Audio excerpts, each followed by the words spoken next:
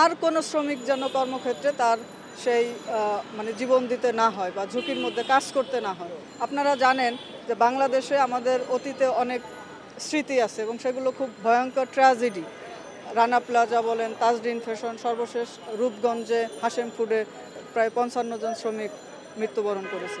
এগুলো দেখা গিয়েছে যে মৃত্যুবরণের মূল কারণ হলো যে মালিকরা তাদের যে দায়িত্ব, যে শ্রমিকের যেই জায়গায় কাজ করবে নিরাপদে কাজ করা এবং তার এই নিরাপত্তাটা রক্ষা করা মালিকের দায়িত্ব, কিন্তু কোনো মালিক তার সেই বাধ্যবাধকতা বা তার সেই দায়িত্বটা সে পালন করছে না এবং যেহেতু করছে না সেহেতু ওই কর্মক্ষেত্রটা অনিরাপদ থাকছে এবং শ্রমিকের জীবনের জন্য ঝুঁকি তৈরি করছে। আচ্ছা, বর্তমান যে বেকার ব্যবস্থার কারণে কিন্তু অনেক শ্রমিক আছে ঝুঁকি নিয়ে কাজগুলো করতেছে, যারা শ্রমিক না বা প্রফেশনাল শ্রমিক না তারাও কিন্তু এইসব কাজে লিপ্ত হচ্ছে। আসলে যে বেকারত্বটার কারণে যে শ্রমিকরা যারা আছে তাদের এই বর্তমান অবস্থা বা এত ঝুঁকি নিয়ে কাজ করার, এটা কি কোনো কারণ না বেকারত্বটা?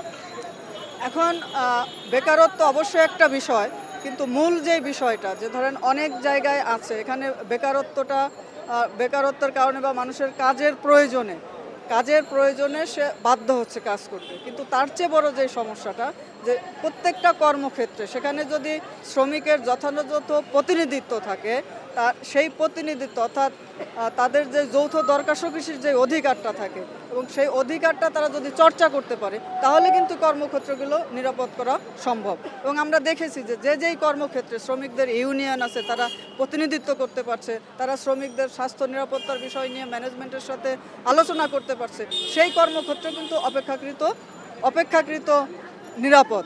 অতএব আমরা মনে করি যে বেকার সমস্যা এটা আমাদের জাতীয় সমস্যা, অবশ্যই সেটা দিকে মনোযোগ দেওয়া দরকার, কিন্তু যেই শ্রমিকরা অলরেডি কর্মক্ষেত্রে কাজ করতেছে তাদের যেই মানে সংগঠিত হওয়ার অধিকারটা যদি দেওয়া হয়, এবং আপনারা জানেন যে এটা ILO কনভেনশন 155 খুব সুনির্দিষ্ট করে বলা হয়েছে যে কর্মক্ষেত্রটা নিরাপদ রাখার দায়িত্ব মালিকের অর্থাৎ নিয়োগকর্তার।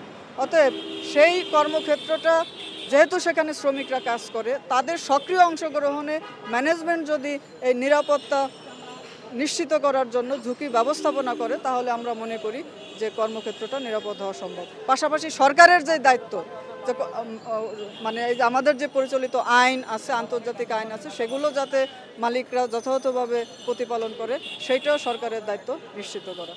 বর্তমানে যে পরিস্থিতি, শ্রমিকদের শুধু টাকা বেড়েছে শুধু গার্মেন্টস ফ্যাক্টরিতে, তাছাড়া অন্য কোনো জায়গাতে সেইভাবে টাকার বৃদ্ধি পায় নাই বা তাদের শ্রমের যে টাকাটা সেটা বৃদ্ধি পায়নি, সেই ব্যাপার নিয়ে আপনারা কী কাজ করবেন?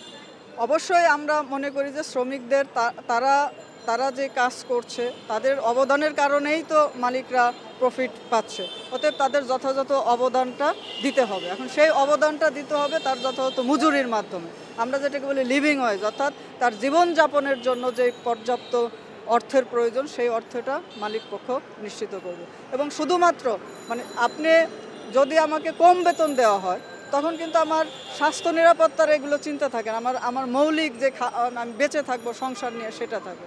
অতএব যথাযথ মজুরি এটা শুধুমাত্র তার জীবনযাপনের জন্য না, স্বাস্থ্য নিরাপত্তা নিশ্চিতের জন্য তার মজুরিটা দরকার, এবং সেটা শুধুমাত্র গার্মেন্টস সেক্টর, অন্যান্য সকল সেক্টরে সেটা নিশ্চিত করা প্রয়োজন।